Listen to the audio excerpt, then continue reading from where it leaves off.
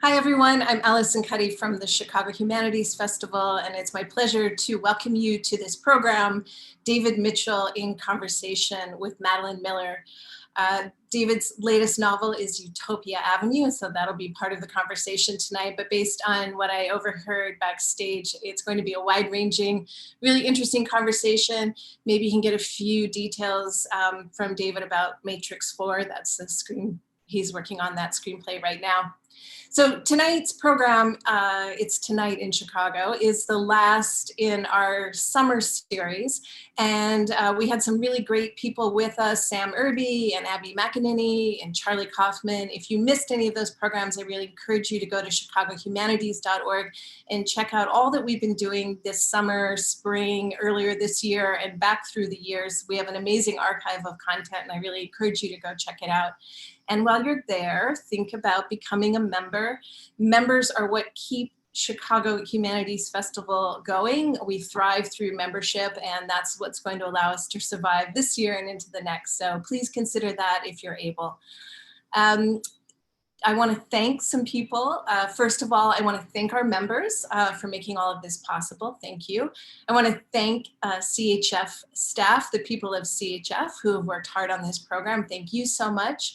Thank all of you for buying David's book through our partner bookseller, Seminary Co-op. Seminary Co-op, thank you so much for being our partner and our friend. And I want you to bust out that hand clap emoji for our live captioner.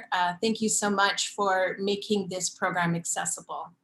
So there's lots of bio information about Madeline and David at chicagohumanities.org.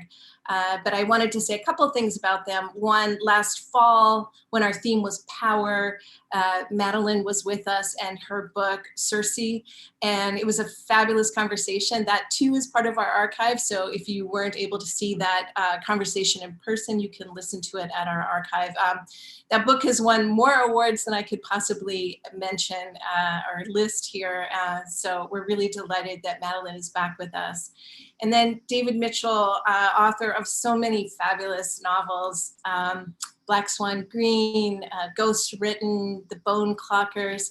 And I wanted to read a couple of quick lines from Cloud Atlas, one of his famous works, because they're so resonant with our time and with our theme this year, the Chicago Humanities Festival. Our theme is vision. So very briefly, our lives are not our own. From womb to tomb, we are bound to others, past and present.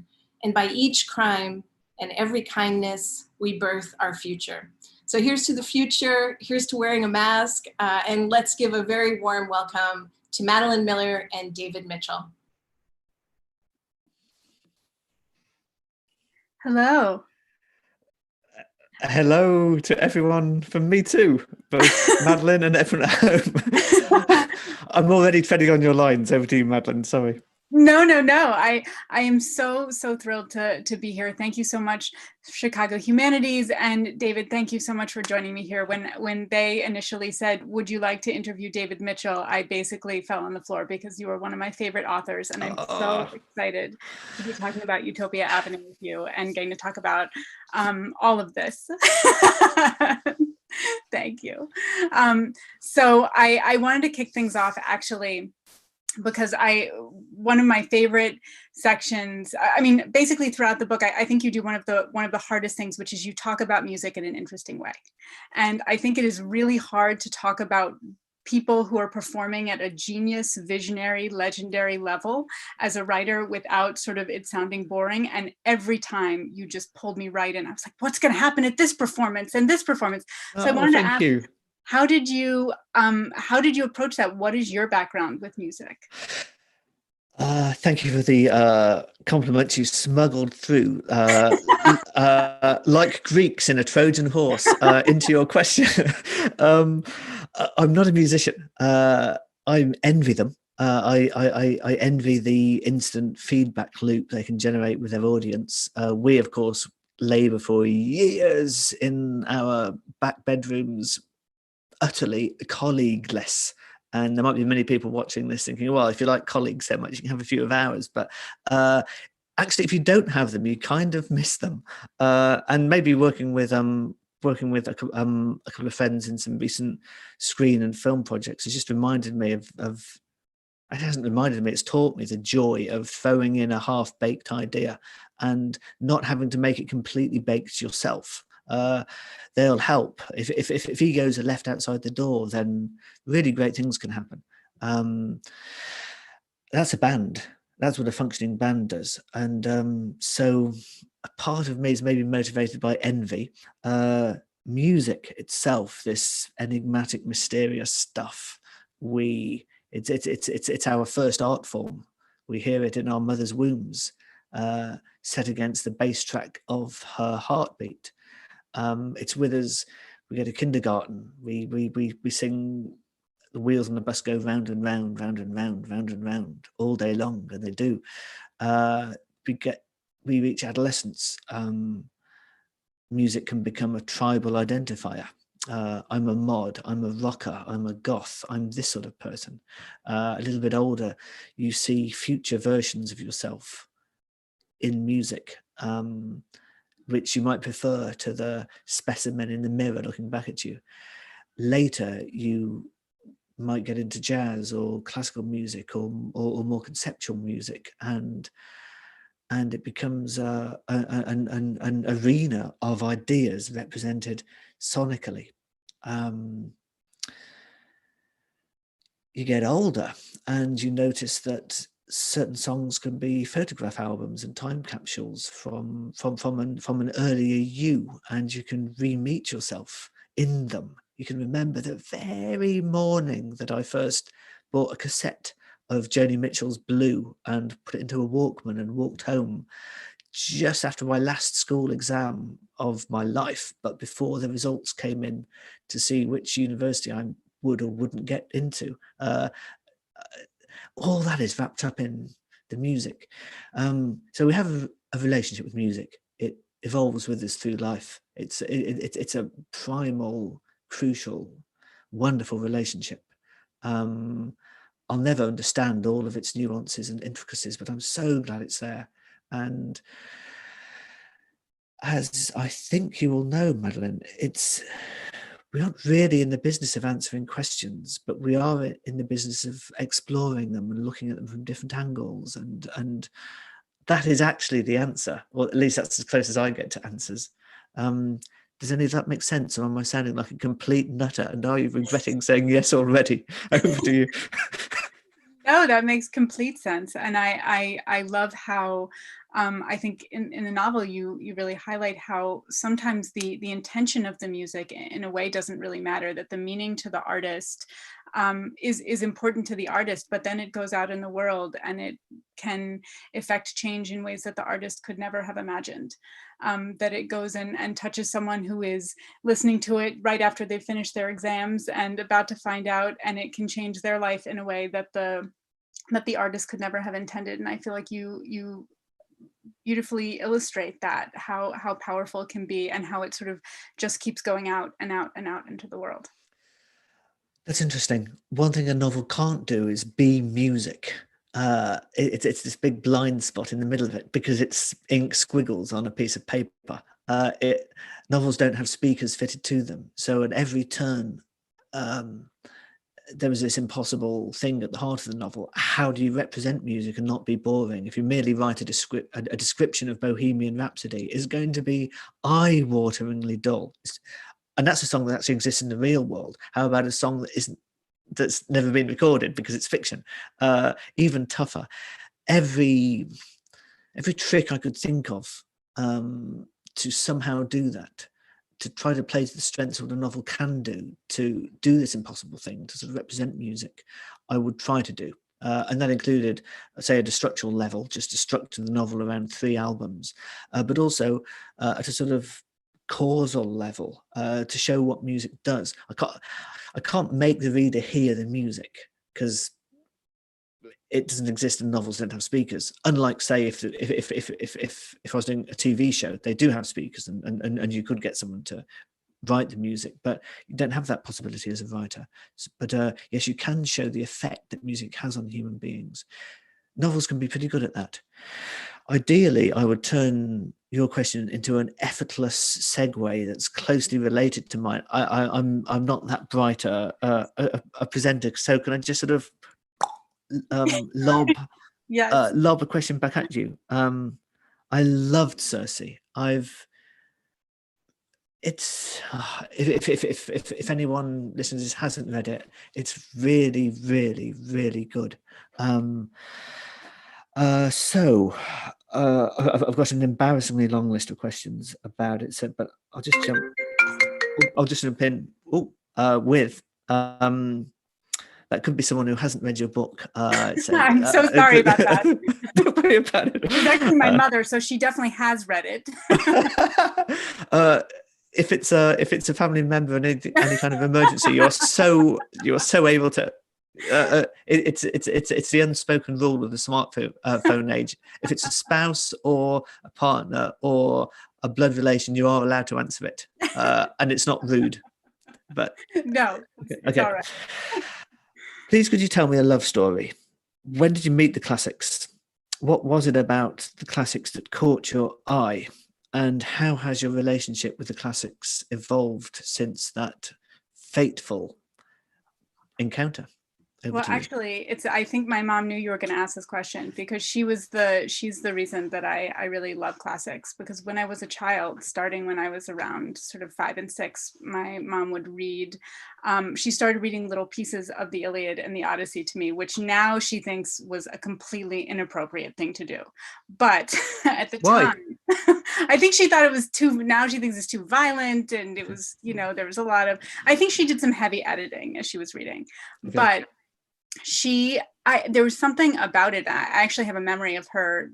This is kind of like, popping in the cassette tape, a memory of her reading the first line of the Iliad, which is "Sing, goddess of the destructive rage of Achilles," and just immediately thinking, why is he so angry? Who's this Achilles? It was sort of, it felt like the whole world cracked open, and I wanted to just fall into it. And I read, as soon as I could read for myself, I read, all the versions of the myths that I could. And I went off and was very fortunate to go to a school that had Latin, and a Latin teacher who saw that I was obsessed and said, do you want to learn Greek?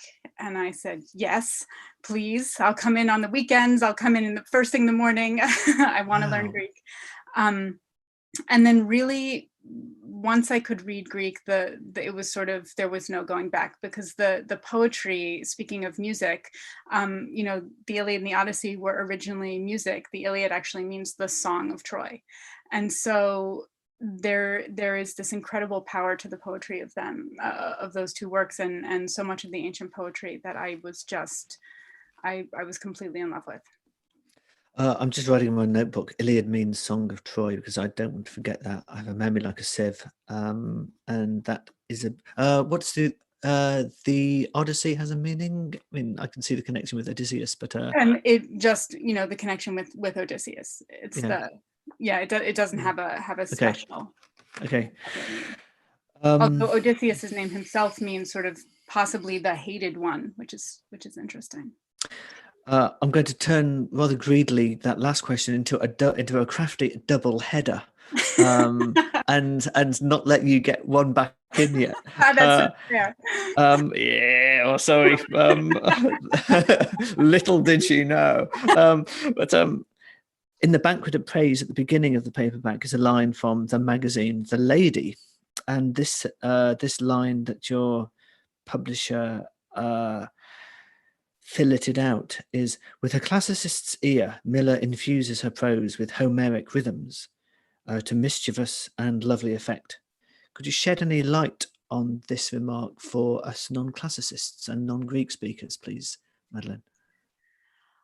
Well, I always am that's a heck of a compliment. So I think that what I really wanted to do is I wanted both novels to have an oral presence, because the Iliad and the Odyssey were originally, in some ways, just like as we were talking about with music with Utopia Avenue, that, they were originally heard by an audience, they were performed, they were accompanied by music. And so I really wanted them to have sort of an oral presence. So when I was editing, I was doing a lot of reading out loud. And I was never trying to imitate Homer. In fact, with Song of Achilles, which is my first novel, I specifically didn't want to use the epic voice. My models for that came from lyric love poetry in the ancient world. So I was reaching for Sappho and Catullus, and because thank you, because I didn't want. I wanted to tell this epic story from an intimate perspective. So I didn't want to use the genre of epic to tell it.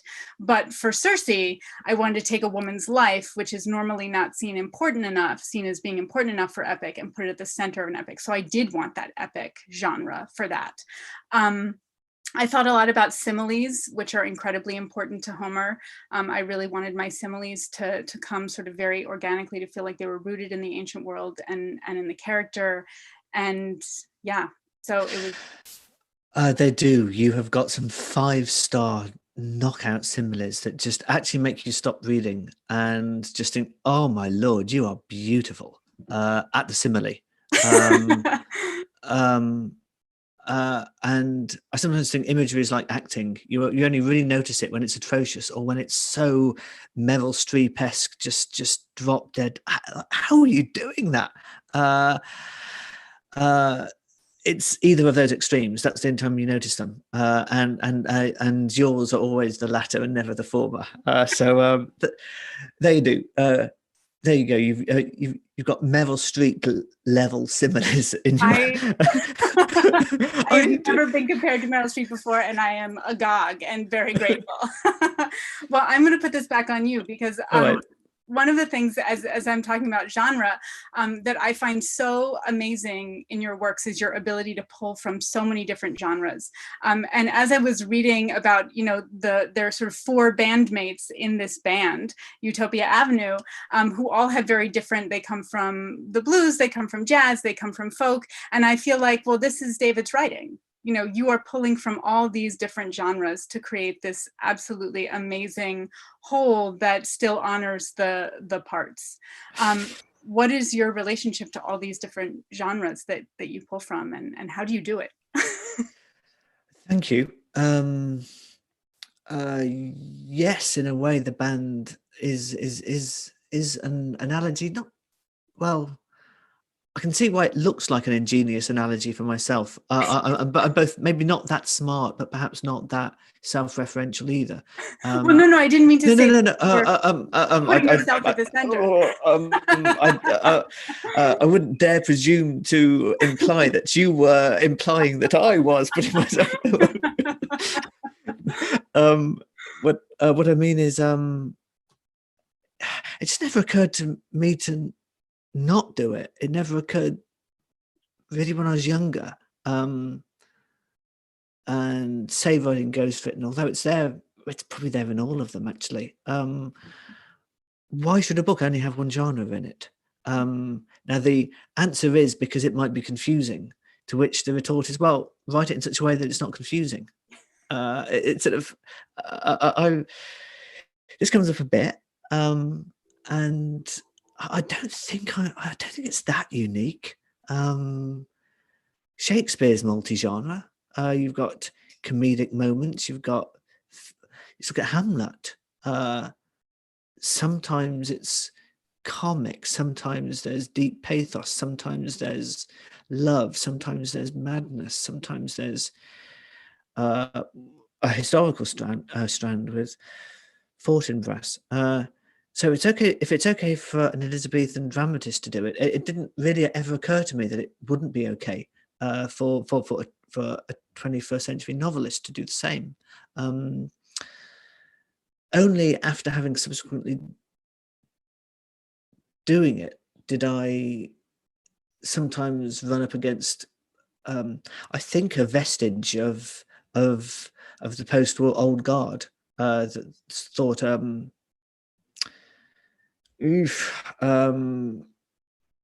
Hopefully not hot water I'm venturing into, but something about the white male old guard. Maybe you know what I mean. Literary novelists should do this, and you don't have dragons in your novel, you don't have ghosts in your novel without making very clear that they're not real. Realism is at the top of the tree, and everything else is genre and subservient. Really? Why? Who thinks that's a good idea? Why would you want to do that? It's it's like an artist having a paint box and saying, well, purple's pretty lowbrow. I'm going to throw purple out. Nope, not having purple. But sometimes you need purple. Sometimes purple really helps.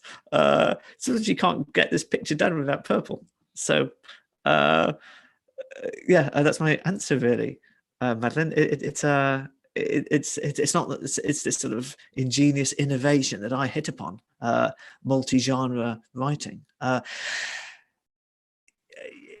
You sort of have to sort of do it with respect and know that if say in the Bone Clocks I do have a foreign correspondent character writing seriously about Iraq and I want my readers to take him seriously, and then later I do have a war between two tribes of different immortals and I want that to be taken seriously, and I don't want the latter to undermine the former.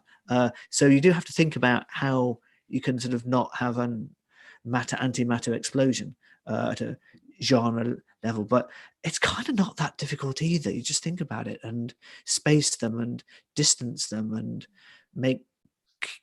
just provide cues as to what's metaphorical, what isn't, and there you go, really. Which cunningly brings me to my next brilliant segue. Which one do I go for? Let's try this one.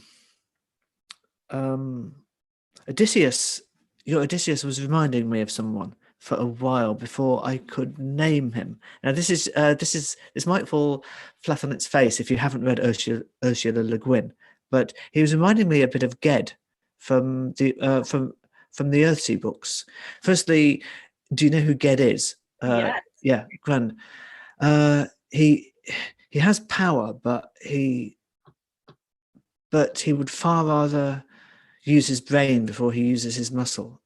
He has calm. He has, in spite of and because of his earlier mistakes and some painful lessons learned, he has a sort of poise and a hesitancy to use force, which is the opposite of some of the more martial Greeks in the Iliad, which I now know means a song of Troy.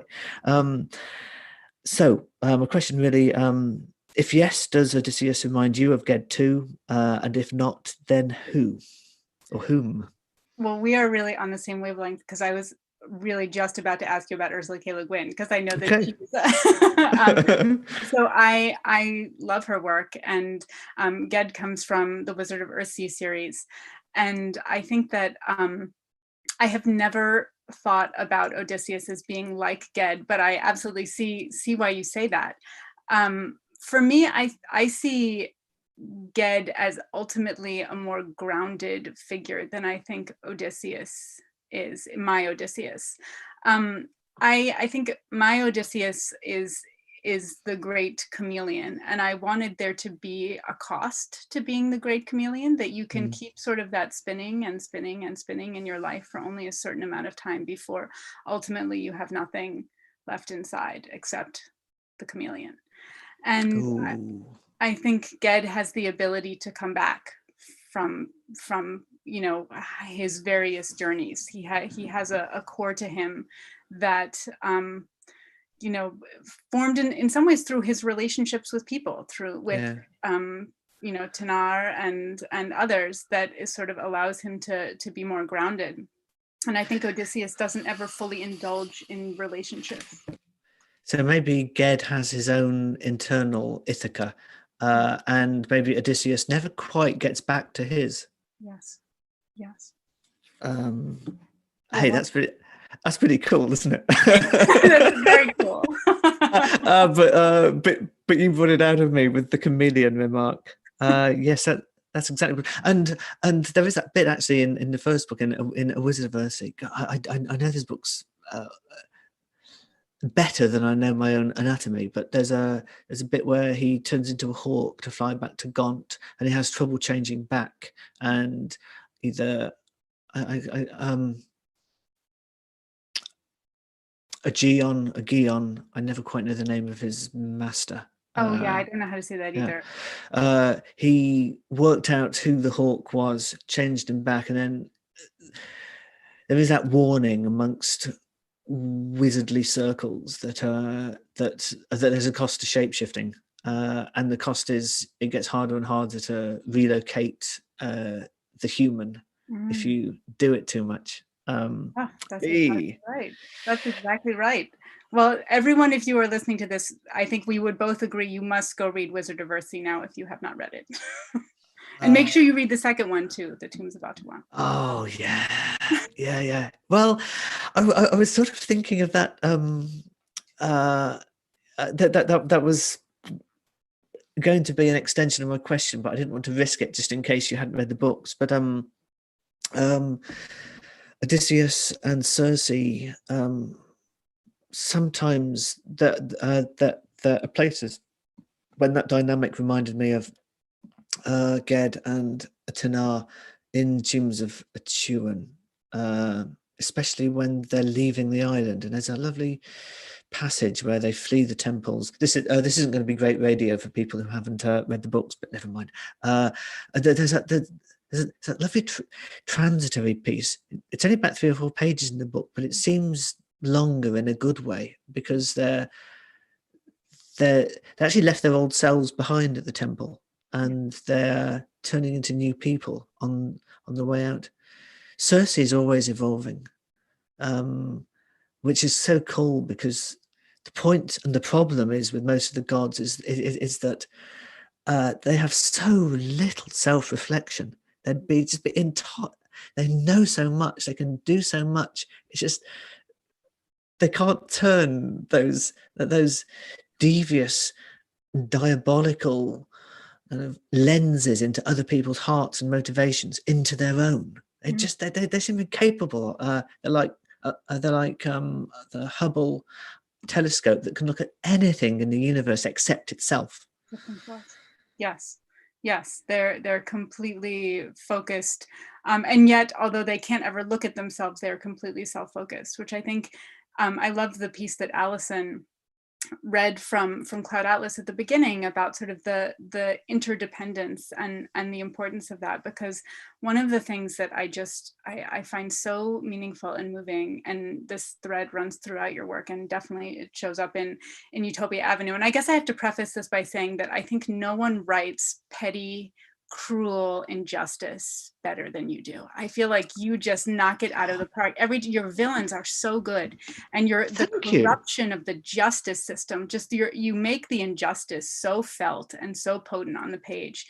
And what I love about that, though, is that there's someone who is always there to sort of balance that, who comes in and reaches through that injustice and tries to sort of break through it. And so the interdependence of characters and how much people rely on each other and how much we need to help each other in that injustice, just I feel like shines so brightly, and could not be more resonant right now. My word, thank you very much. Which does lead me to another cunning segue. I suppose about relevancy, and also the longevity of myth, which is something I'd love to ask you, actually. I suppose it's not really a question, it's just an observation I'd like to float your way and just see what you do with it. But the notion that if you try to be truthful about the human condition, you and if to some degree you succeed, then you inoculate yourself against anachronism. And is that a part of the reason why these ancient stories, pretty much older, certainly older than the languages we're speaking now, the building blocks of the language we're speaking now, older than pretty much any country, any nation state, with a few exceptions maybe, older than almost anything? Is this why these stories still still are in our mental furniture, still beguile us, still again and again and again and again in popular culture, overtly, and this again and again is not a weary again and again, it's a wow again and again, overtly, covertly reappear, over. It's over to you, Madeline. Is there anything in that observation? Yes, no, I think there is. I think that, works that are really deeply about humanity and sort of timeless facets of being human, experiencing injustice, for instance, or love, or, the desire for vengeance or war, hope, grief, relationship with parents. I feel like that although culture and technology changes, that there are sort of core parts of humanity that, are illustrated. And I think actually, to go back to your idea of the telescope, that in some ways I think the only thing that we have to do with the ancient world is just open up the view a little bit. That, sometimes we get locked into viewing the Iliad or the Odyssey or a particular hero a certain way, and we just have to be able to open up that view, but the material is all there. I mean, every time I read the myths, I'm shocked anew by something that feels completely modern, completely fresh. It feels like it's reaching across the millennia to grab me by the throat. And I think that's, that's all there. Well, myths are many things. They tend to have really strong plots and memorable characters. What they often lack is emotional wallop. In many tellings, they also often lack female perspectives. Now, Circe is I don't really know how you did it. And I love that. You make me feel like that Penn and Teller show where they try to fool Penn and Teller. I feel that I'm Penn and Teller, and you're this professional musician on stage, and you're pulling these tricks out of the hat. And I've got a rough idea about some of them, but on the whole, you're fooling me every time. You bring emotional wallop to Circe. She's an utterly engaging character. I strongly care for her. I fear for her. I root for her. She is a supernatural entity as well. She's safe in ways that us mortals are not safe. Yet I still fear for her. She's also vulnerable to machinations of the gods that we are in some ways less vulnerable to because we're not of them or from them.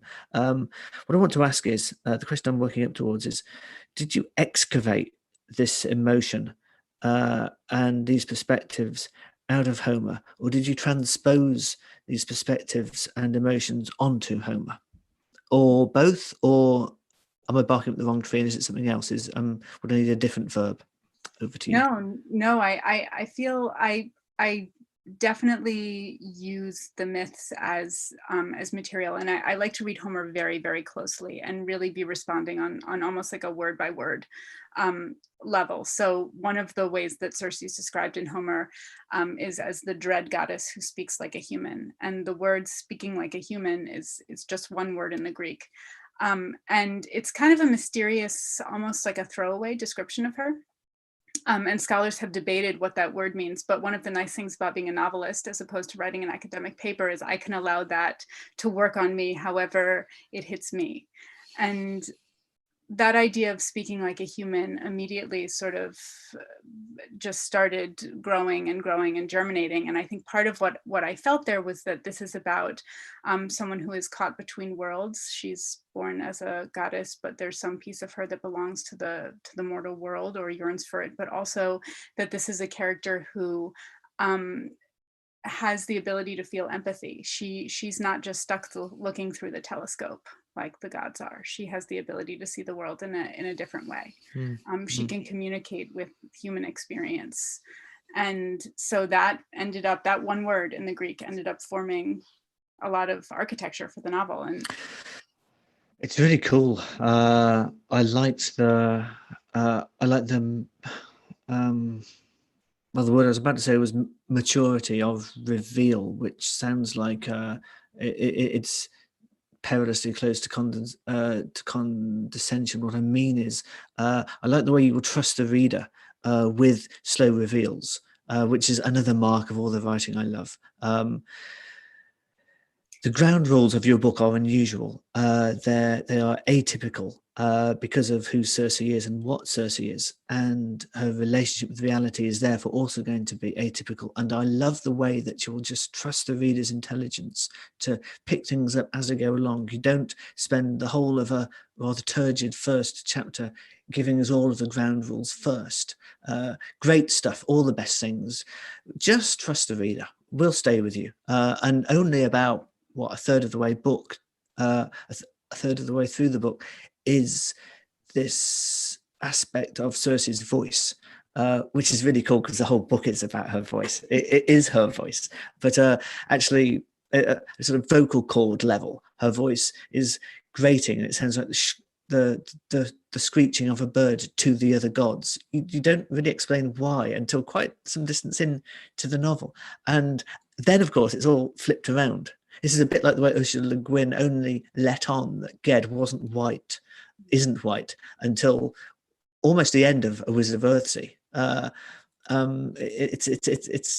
It's cool, and this retrospective reevaluation. Oh, I've been wrong about this, but you haven't cheated.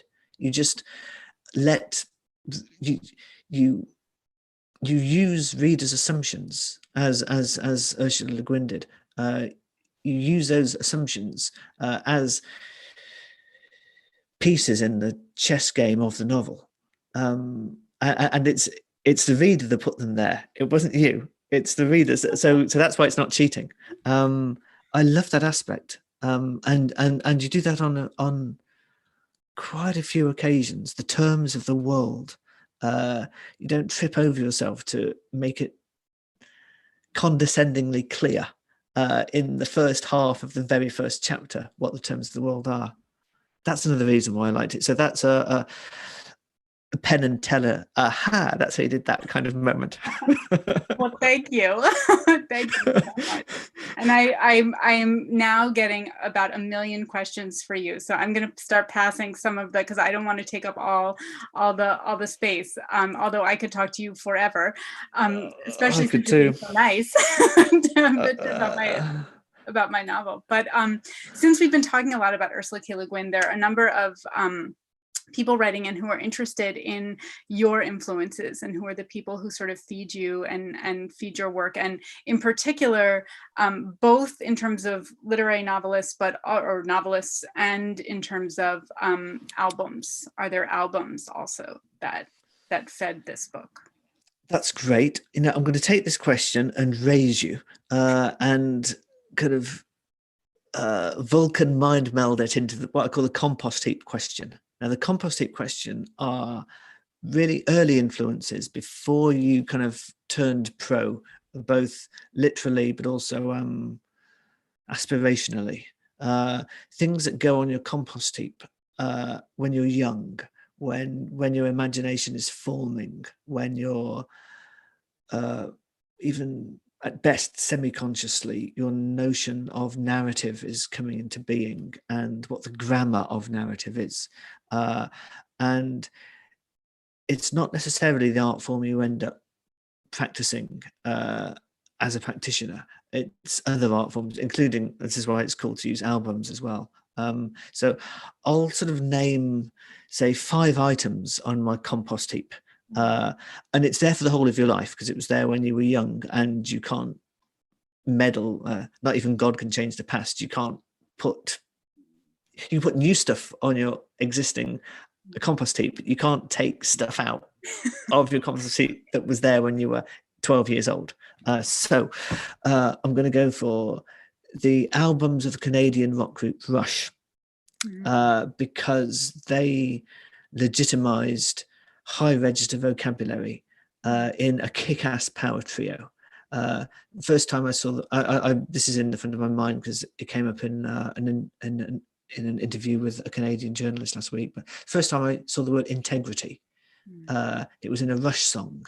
That's where I learned that word from. Or there's a place where they use the pronoun one in a rock lyric. One likes to believe in the freedom of music. I didn't know it was okay to use the word one. I thought only, I mean, I still didn't use it, but it legitimized it in kind of my mental space. So I'll put that there. I'll put Doctor Who in my compost heap, the 1970s Tom Baker one that looks laughable now, but he was an early lesson in the artistic uses of strangeness and the bizarre and the sinister in terms of suspension of disbelief, where something is so strange, so weird, it can only be true. So Doctor Who is in there, and Isaac Asimov's Foundation books. I've got fantasy, science fiction. It's genre again. But that was also based on the decline and fall of the Roman Empire, but set on a galactic scale. I read that; it was so enormous. I would get vertigo. Well, actually, the trilogy isn't the first three books. They're not that enormous, but just the size of it, it made me giddy. I remember when my daughter was about, I don't know, she just started to walk, so about 11 months, 12 months or so. And I remember first time we walked down the drive outside a house, and for the first time in her life, she saw distance. She saw, I always remember the look on her face. It was, oh my Lord, this place is enormous. I just thought it was the size of my playpen in the room and maybe the stairs. I never knew that. Look at it. And that's what certain works of fiction did for me. Just the potential size of a fictitious world. So that's my compost heap. What's on your compost heap? Madeline Miller. Wow, that's such an interesting compost heap. And I love that idea of, it's just there. It's just there as part of the bedrock, and you can't take it out. And it was foundational. So I think I would say, let's see, I think I have to say the Beach Boys. I listened to a lot of Beach Boys growing up, like really over and over and over again. Why? What was it about them you loved? Can you identify that or not? That's interesting too. I think it was partially that I had a tape, and so that's, I only had about 3 tapes, and so it was Beach Boys and Buddy Holly, Okay. and that was, and my I don't know, I those were just the ones that I had, and I listened to them a lot. Was it the greatest hits of the Beach Boys, or was it Pet Sounds? Yes, no, it was greatest hits. Okay. Yeah. Pet Sounds is strange and trippy and underground and subversive. Yes. I later owned that, and I was like, this is very different. Yeah. But I also came to really enjoy that, but it was not at that first layer. Okay, that's one item. I'd like 2 more items on your compost heap, please. How about a TV show? A TV show. I was not really allowed to watch TV, but I was allowed to watch a movie, and I watched The Princess Bride. I mean, 100 times. Yeah. So yeah, that's really one. Good. Yeah. And as a kid, I was very impressed. It was very exciting because it has these sort of meta layers to it that I was really captivated by. Yeah. I didn't know you could do that with storytelling. And I guess the third one might be, I don't know. These are basically, no one knows about these books. They're called the Freddie the Pig books. Okay, can you describe them? So Freddie the Pig is a talking pig. He lives on a farm in upstate New York with a variety of talking animals. But I think what I loved about these books is that in every book, Freddie does something different. He's a poet, or he's a politician, or he's a banker. But the focus of the books is actually on character, and it's on sort of the different characters of the animals, and they're all pretty well drawn. But there's a touch of commedia dell'arte to them. They're also kind of types at the same time. And so, you know, the joke about like this character is vain and this character is, you know, gets scared easily, and those sort of play out again and again, but in new situations, you know, over the books, but very skillfully done. So they're both sort of character studies, and also there's this aspect of you know, commedia, kind of farce to the characters, and I loved that. You say that reminds me of another book that wasn't so well known in the UK, but it's American. So does the name Flat Stanley mean anything to you? Oh yes, Yeah. I never read that, but I know about Flat Stanley. So a boy, he goes to sleep one night, and I think it's a big drawing, a big pinboard falls down on him while he's asleep, and then in the morning he's essentially a two-dimensional boy. He has height and width, but no depth, which is a fair description of a lot of guys in Circe, in fact.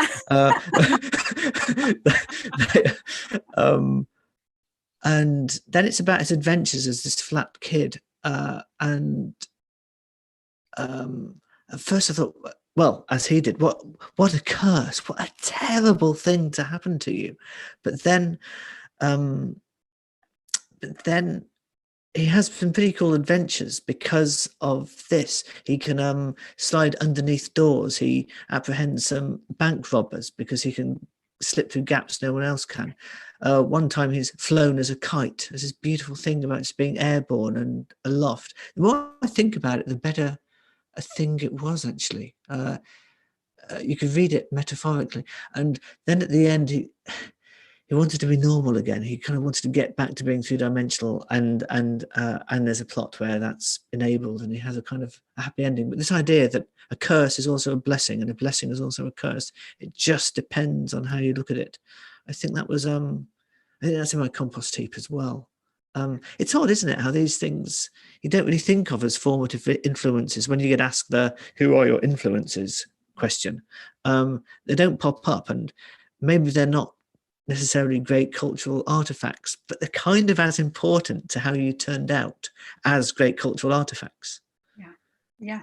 Yes, I agree. And I'm gonna credit you with the compost theory when people ask me this question down the line, because I think it is the perfect way to talk about it. It's not my own, it's borrowed from elsewhere, I'm quite sure. Well, I have sorry. Well, I have someone was going to ask a question that I was going to ask. Okay. So I'm gonna ask it for both of us, which is that as you were writing the novels, the interconnectedness of your novels is so incredible. Was that something that developed as you were writing the novels, or did you know that you were going to interconnect them from the very beginning? It developed as I wrote the novels, and the reason that I do it has developed as I wrote the novels. Super quick. Initially, I did it because it pleased me to do it. I didn't have any readers then, really. I had some with ghostwritten, but it kind of wasn't for anybody other than me, because I wasn't really aware of there being anyone else other than me and my mum reading my books. You know what it's like at that point. So I just did it for fun. And I liked it when other authors did it.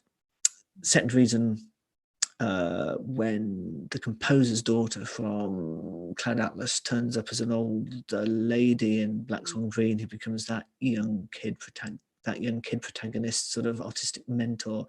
I noticed she brought stuff in with her. She brought luggage and just like a big suitcase full of backstory and nuances and history. There's a difference between having a long lunch with an old friend and meeting someone for 3 minutes on a speed date. They bring stuff with them. So it has to work, of course, each time if you haven't read the earlier book, because I'm not writing installments. But if, as it happens, you have read her, then there'll be chimes and rhymes. Third reason, it lets me be a maximalist and a minimalist at the same time. It allows me to write in the meet and greet just prior to this. I had a nice conversation with a lady about discrete and discrete, discrete EET and discrete ETE. I love that. it's a great example of kind of what a rubbishly designed language English is. Like, why would you do that? Like, how can these words? I like flammable for the same reason, because it means itself and its opposite. Sanction. That's yeah. It's great, isn't it? I love these. Anyway, it lets me be a maximalist and a minimalist at the same time. I can write discrete ETE novels that are in and of themselves their own thing, and I also get to write my foundation series, something that it's enormous. At the same time, it's a twofer. And most recently, I've noticed that characters get away. Characters with grudges get away. There are loose ends, and these loose ends are pointing towards a future book where I will weave them like Circe's loom, the really cool one that Daedalus makes for her, and that's quite a few components of a free book about 3 books from now. So that is the full story of my Hyperlinks and my kind of Uber novel. Are you tempted to do something like that, or I don't really see you need to, or are you actually doing it? Actually, what's your next book? There you go. And then I want to ask you, because you just blew my mind that you said you're 3 books down. You're thinking ahead for 3 books down. That's amazing. My next novel is actually, so this picks up on something you said at the very beginning, and I kind of want to ask you a little bit more about the screenwriting, and how nice it is to have this sort of side where you get to work with other people, as opposed to it's just you and your brain and, you know, the story. Because my background is in theater. And I love going back and forth between writing and doing theater, because for that exact reason, I love that I'm doing all the same things. I'm telling the story, but I have all this help. There are all these other people who, and then, you know, when I'm controlling, then I can go back to writing a novel. But so my next novel that I'm working on is actually coming out of my theater side. And you mentioned Shakespeare. Shakespeare is a huge other sort of piece of my mental life landscape, and so I'm writing about the Tempest. So it's a little bit of gorgeous. From whose perspective, dare I ask? I'm not going to say too much about it because I'm okay. No, sure. It's the 2 children. It's the 2 children. Oh wow! Oh, I can't wait.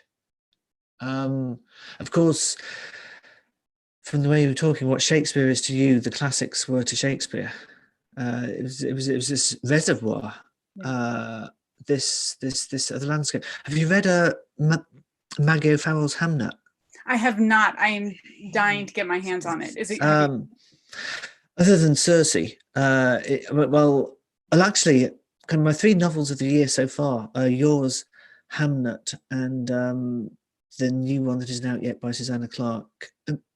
Oh, I love that book. Oh, did you read it? Yes. Piranesi. Yes. Isn't there something? It's amazing. Oh my gosh. Wow. So everyone read the new Susanna Clarke, who wrote Jonathan Strange and Mr. Norrell. She has a new book coming out. It's great. Have you found it impossible to explain why it's so good to people? I just can't keep misfiring. And I'm useless at explaining why it's so good. Please just trust me. Just read it, please, because once you start, it just doesn't sound any good if I try to explain it. And I can see people's faces sort of becoming more and more determinedly trying to be polite. But I know I'm boring them with my description of this utterly unboring novel. It's stupendous, I thought. And the ending, oh my Lord, the ending. Again, this is rubbish radio because no one will ever read it. But Hamnet, it's really, really, really, really good. I think you'd love it.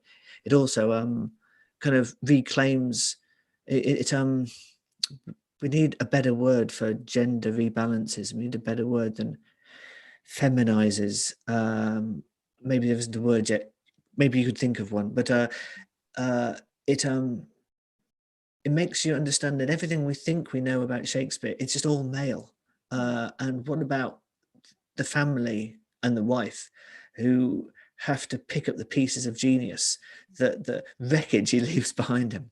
And isn't that a great story? Isn't that at least as important a story? Yes.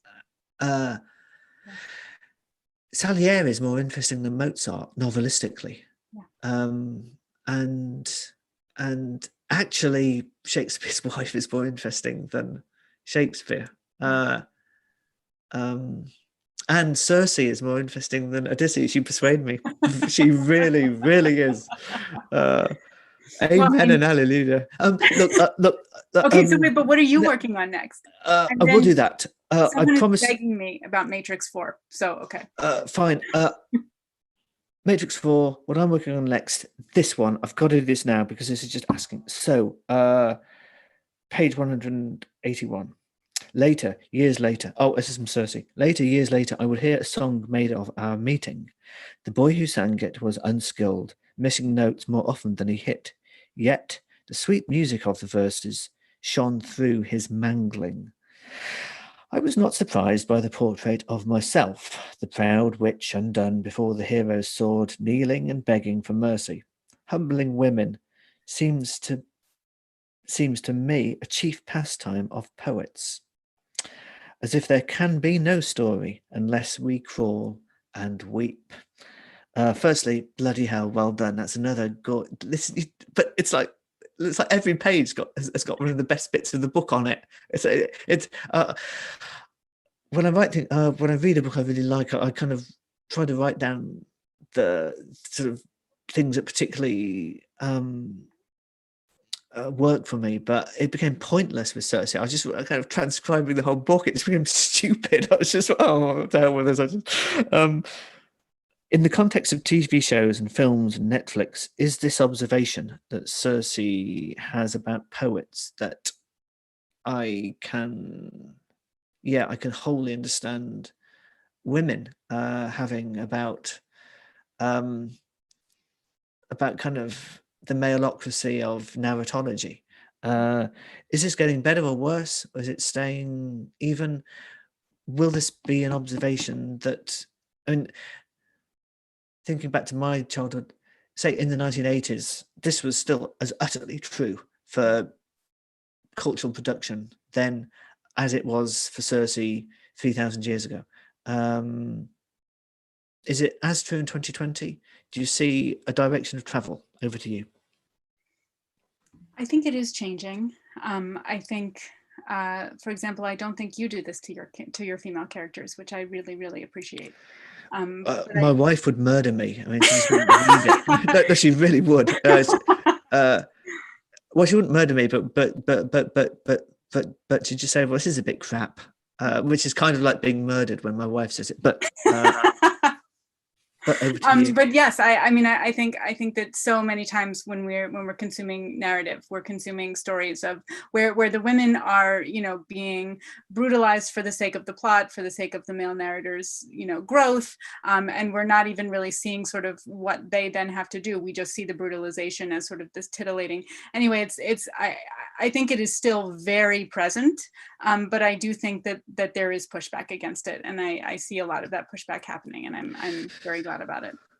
If you've seen Game of Thrones, is Arya Stark and the woman who controls the dragons, are they compensation enough for, I think, some of the earlier parts of your answer about the titillation and the brutalization? Are they compensation enough, or are they a kind of fig leaf? That's a really good question. I haven't seen the whole series, so okay. I feel like, what do you think? Yeah, I haven't seen. I didn't see the last season. Not because I decided not to. It's just I don't really know why I haven't seen the last season. I can't actually explain it. There's some things I really liked. It seems like I kind of liked about the show, but then there were problems I had with it as well. And I guess the problems sort of got in the way of my seeing the whole thing through to the end. Yes, that basically says it. Shall we be diplomatic and move on before we get? What am I working on? Yes, please. I haven't actually told my editor and my agent this, so I might be in trouble in the morning. But I've done some short stories down the years, and I'd really like to give a home to, and I'd like to add to them. I'd like to remix them because some I wrote 15 years ago, and just like when you look back at something 15 years ago, it was the best I could have done then, but I kind of it needs a bit of work, shall we say. So I'd like to remix them a bit and write some new ones. And I've got a linking theme, which, yeah. So the linking theme, so you went as far as it's about the children from the Tempest and no further. And I feel the same reticence as well. So my equivalent of that kind of scoop is the linking theme is superpowers in at least two meanings of that word. Yeah. However, that's sort of the outer limit of what I can say about that, I think. So that's the next thing I'm doing. And you had one more question, was it a Matrix one? Matrix 4. Okay. I would like to know about it. They have entertainment lawyers. Have you ever met an entertainment lawyer, Madeline? I haven't, but I can imagine. Yeah, exactly what you're imagining. A bit like Helios, actually, from your book. I was going to say, Cerberus, is it guarding the... Yeah. A bit of Scylla in there with the 6 heads, or was it 12? 6 heads, but they take 2 sailors each, so the price is usually 12 sailors by the time you've got past. Okay. I can't really, sorry. I'm proud of it. I'm really proud to have been involved in it. It uses the passage of time between then and now as a plot feature, as a world building feature. It's Lana's creation, and Alexander Heyman and I sort of assisted with that. I don't sort of want to even indirectly sort of claim ownership of it because it's Lana's world and Lily's world as well, the 2 Wachowski siblings. So she was certainly the first amongst equals of the writing partners, and then some. However, it was hugely rewarding to work on, and I don't know if you work like this. To sort of make collaboration work, you sort of have to establish ground rules, and the ground rules take on a kind of a life of their own. And they turned into this entity that the 3 of us called the Pit. And we don't quite know where this word came from or why, but sort of, it's a bit like a well-behaved parliament where you aren't allowed to say you. You have to say the right honourable gentleman or my right honourable friend, the member for Birmingham says da-di-da-di-da. There was an element of that. We had 2 rules. You can't begin a sentence with but, it has to be and.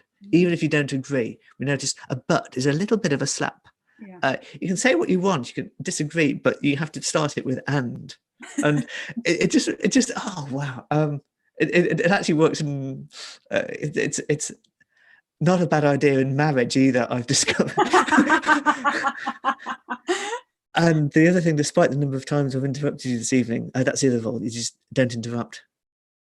And these and other reasons were why the Pit was such a joy to work in, and I hope some of that joy comes out in the script. And I suppose also the principle, it isn't just another one, it isn't the 4th in a series, it's something else, and something I think cleverer than that. It needs more of a reason to exist than because we can do it and 4 comes after 3. It has to be more sort of fractal and containing and cleverer. And I think most of that was Lana's work, and I think she came up with a great idea. That's about all I can say. I hope that's not too much nor too little. And I don't want to end on that. I kind of want to end with one more Well, one more thing that's sort of about us. yes. Well, first of all, I was going to comment that it sounds like an amazing working relationship. It actually sounds very much like, I don't know when you were doing that versus when you were writing Utopia Avenue, but one of the things I love are the way that band members play off each other in Utopia Avenue, and the way that their conversations about music and how they add to each other's ideas and shift them and talk to each other about music was one of the great pleasures of the novel. Thank you. This is bringing us to a nice your circle and my circle overlapping the middle Venn diagram, because you do dialogue, and this is one more of the joys. Every time someone opens their mouth, you sit up and pay attention, because what comes out. Hermes is a great character. He's so perceptive, everything. And also Circe's sister's name is, of course, Pasiphae. I couldn't have pronounced that. Would you mind saying it again? It has 4 syllables. Pasiphae. Pasiphae. Yeah. They are all like cellists who are not just playing the one string, they're playing 2 strings and making a chord. Sometimes they're playing 3 strings. Everything they say is loaded and calculated, and is it beveled or bezeled? Kind of the facet of a diamond. I can't. It's a word I almost never use. I said I think it's beveled. Yeah. Great. It is beveled, but I crossed it with dazzled and bedeviled. So it's actually all of those things. And did you labour over the dialogue, or does it come as a natural consequence of knowing the characters well enough? For me, it comes from knowing the characters, although I will say that when I started writing, my very first draft of Song of Achilles a million years ago had absolutely no dialogue at all. Wow. At all. Because I was terrified to write dialogue. And I thought, why? I don't know, I was very intimidated by it. And then what changed is that I became a theater director, and I spent all my time immersed in dialogue. And I realized this is it. This is the most important thing. If I can't hear them talking to me, then I don't know them well enough. And so I went completely the opposite direction. I wanted to be all dialogue. I wanted dialogue to be sort of a central piece, and the voice of the characters to really be, that I could see them, I could hear them. It was like I was on the stage with them, and they were talking. Is that how do you do it? Because I feel like you have such also evocative character voices. Thank you. If I can do that, then it's because of a secret weapon, and the secret weapon is nerdery. I get sort of endocrinologically excited by discrete and by sanction, and by prescribe and proscribe. I love etymology, which is why I envy your classicists' angle on where the very words we're using now, every word is its own history of usages of that word. And isn't language great? Isn't language fractal? You go in, and this is what it meant 100 years ago, and you go into that, and this is what it meant 100 years ago. And maybe there was no extant example of it from 300 years ago, but there was sure as hell a word that it came from. And so let's look at that. And then you're back to Anglo-Saxon, and then you're back to, well, then you branch off, maybe off to Latin, maybe off to Greek, maybe off to, what did the Vikings speak again? To Danish or some Icelandic. Norse. Yeah. Yeah. And there's always something earlier.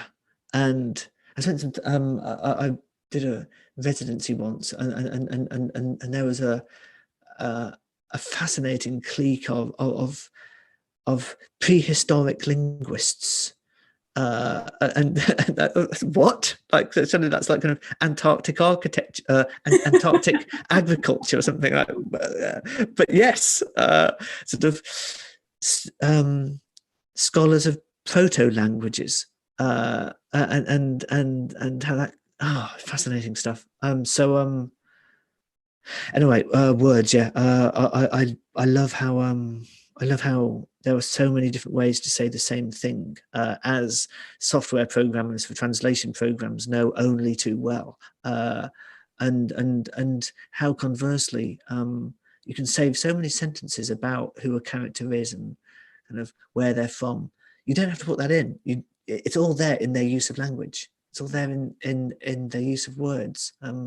Again, it sort of goes back to the beginning, when you asked about why do I use different genres or genre as a paint box, and kind of my answer is, well, kind of why wouldn't you? Similarly,